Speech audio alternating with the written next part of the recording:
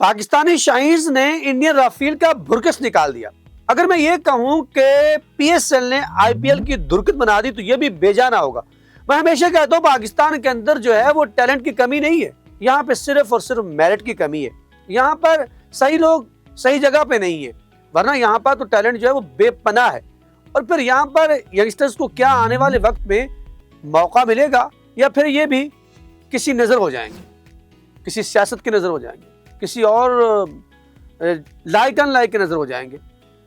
अस्सलाम वालेकुम दोस्तों, मैं अखलाक सालिक आपके साथ 94 स्पोर्ट्स नेटवर्क पर आपको खुश आमदीद कहता हूं। सबसे पहले पूरी कौम को मुबारकबाद। एक अच्छी खबर मिली एक ऐसे माहौल के अंदर के जहां पर बड़ा घुटा घुटा सा फील होता है, और पाकिस्तान के इन यंगस्टर शहीनों ने जो है वो बहुत ही अच्छी जो है वो पाकिस्तानी कौम के लिए जो है एक तोहफा दिया है।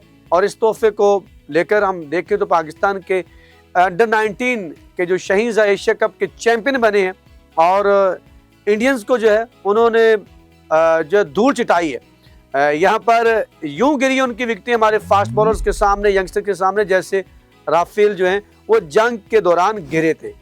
और वैसे वो बहुत गिरे हुए दिखाई देते हैं, लेकिन यहाँ पर हमारे फास्ट बॉलर्स ने जो बड़ा बड़ा टैलेंट था आईपीएल का, सूर्यवंशी जो कहा जा रहा था कि धूम मचा देगा, पहले ओवर में उसने अपना हाथ खोलने की कोशिश भी पूरी की, लेकिन उसके बाद फिर एक नहीं चलनी दीजिए। पाकिस्तान की पेस बैटरी ने जो है वो पूरी, जिसे कहते हैं, चूक करके रख दिया बैटिंग लाइन को। और फिर ये एक बेसिकली बहुत बड़ा डिफरेंस था यहाँ पर पाकिस्तानी पेसर्स का और इंडियन का, कि पाकिस्तान ने बहुत ही उम्दा, और फिर उससे बढ़कर पाकिस्तान के जो यंगस्टर्स हैं उनकी उम्दा बैटिंग भी थी।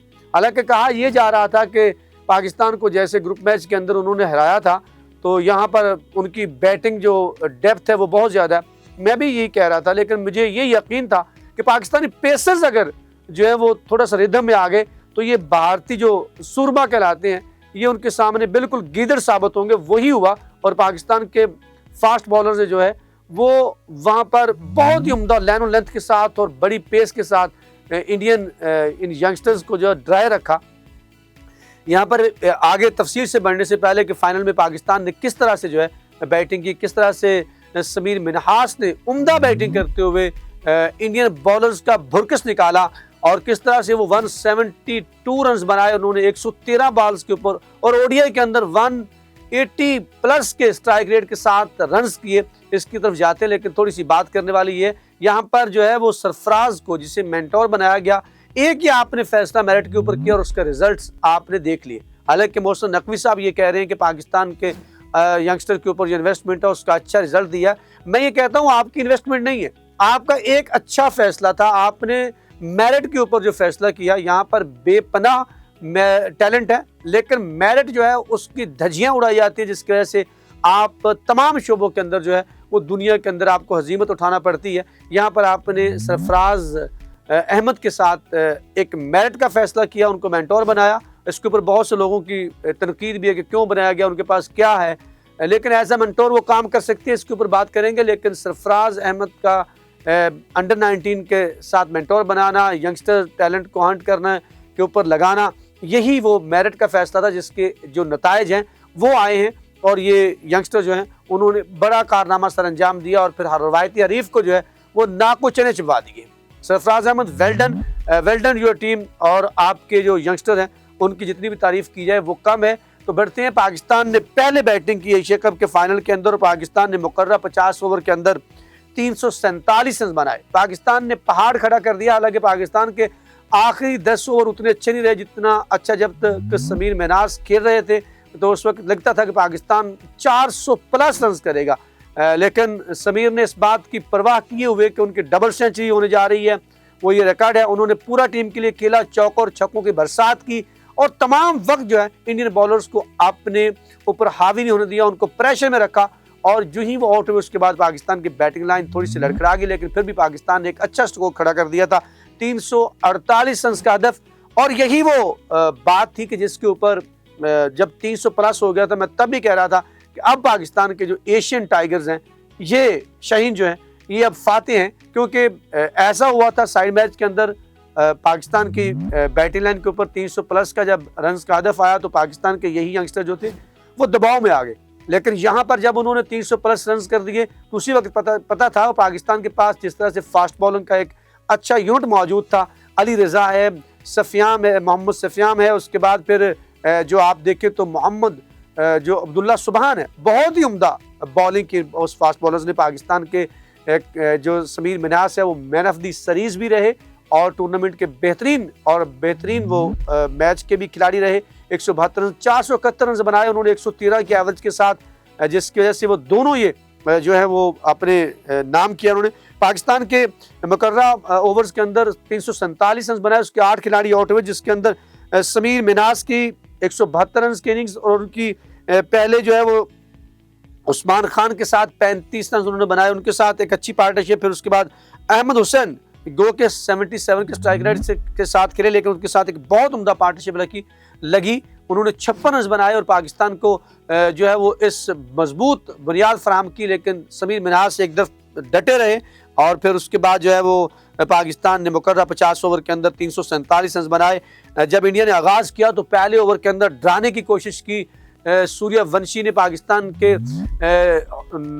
होनहार यंग बॉलर अली रज़ा को पहले ओवर के अंदर जो है वो 21 रन डल गए, लेकिन कप्तान की उम्दा कप्तानी उन्होंने उसको बॉलिंग से नहीं हटाया, लेकर आए। फिर उन्होंने सूर्यवंशी को करतब किया। उससे पहले जो तो मोहम्मद सफियाम जो थे वो भी दूसरी तरह एंड से अच्छी बॉल कर रहे थे। पहले उन्होंने मोहतरा को जो है वो पवेलियन भेजा, फिर सूर्यवंशी जो है वो अली रज़ा का शिकार बने, उनको उन्होंने जो है वो दुर्गत बनाने की कोशिश की थी। आप ये अंदाज़ा लगा लें कि पहले ओवर में 19 रन खाने के बाद भी अली रज़ा ने इतना खूबसूरत कमबैक किया कि 6.2 ओवर के अंदर 42 रन देकर 4 खिलाड़ियों को पवेलियन की राह दिखाई। उसका अच्छा साथ दिया मोहम्मद सियाम ने, जिन्होंने 5 ओवर में 1 मेडन करते हुए 38 रन दिए और 2 खिलाड़ियों को पवेलियन की राह दिखाई। अब्दुल्ला हमेशा की तरह पूरे टूर्नामेंट के अंदर उन्होंने सेमीफाइनल के अंदर भी 4 उम्दा विकेट लिए, जो पाकिस्तान को बासानी सेमीफाइनल में पाकिस्तान ने बांग्लादेश के खिलाफ कामयाबी हासिल कर ली। उन्होंने भी 8 ओवर में 1 मेडन 29 रन देकर 2 खिलाड़ियों को आउट किया। फिर हुज़ैफा एहसान ने 2 ओवर में 12 रन देकर 2 खिलाड़ियों को पवेलियन की राह दिखाई। और इस तरह पाकिस्तान ने जो है वो इंडियन टीम को जो है वो पूरे आउट कर दिया, उनको दबोच लिया। 26.2 ओवर में पूरी टीम जो थी वो पवेलियन लौट गई और पाकिस्तानी पेसर्स का सामना न कर पाई पाकिस्तानी बॉलिंग अटैक का। शहीद ने बहुत उम्दा परफॉर्म किया। यहाँ पर एक सवाल ये भी है कि क्या ये है आईपीएल का टैलेंट? मैं हमेशा कहता हूँ कि ये यंगस्टर जो है, आप राइजिंग एशिया कप के अंदर भी देख लें, जिस तरह से हमारे स्टार्स ने वहाँ पर जो है वो खूबसूरत शहीद ने मुकाबला किया और फिर फाइनल के अंदर जिस तरह से उन्होंने असाब शिकन मुकाबले के अंदर जीता।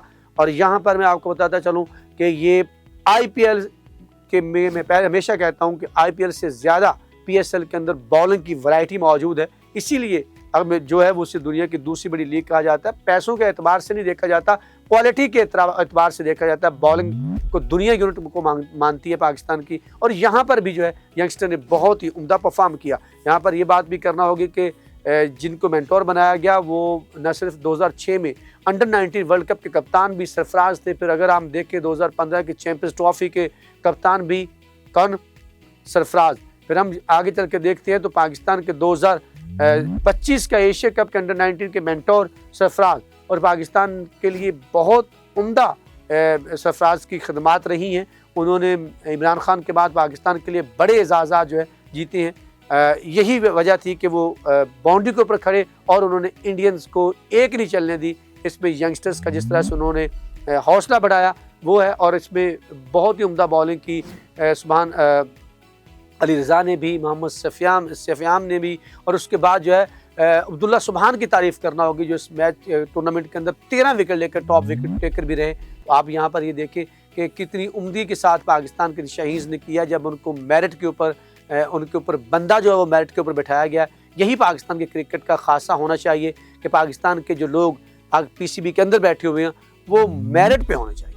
अगर वो मेरिट पे होंगे तो इस तरह की जो ट्रॉफीज़ हैं, ये जो बहुत टैलेंट मौजूद है, ये हमेशा पाकिस्तान का सर फख्र से बुलंद करता रहेगा। प्रॉब्लम टैलेंट के अंदर नहीं है, प्रॉब्लम आपके फैसलों के ऊपर है, मेरिट के ऊपर है। मेरिट के ऊपर अगर हमने काम कर लिया, मेरिट पे लोगों को बिठा लिया, तो यकीनन पाकिस्तान की खेल और खिलाड़ी जो है वो आपको तरक्की करता हुआ दिखाई देगा। नाज़रीन, आपने बताना है कि आपके नज़दीक पाकिस्तान अंडर 90s और सरफराज अहमद की कितनी बड़ी ख्वाहिश है पाकिस्तान के लिए एशिया कप जीतना।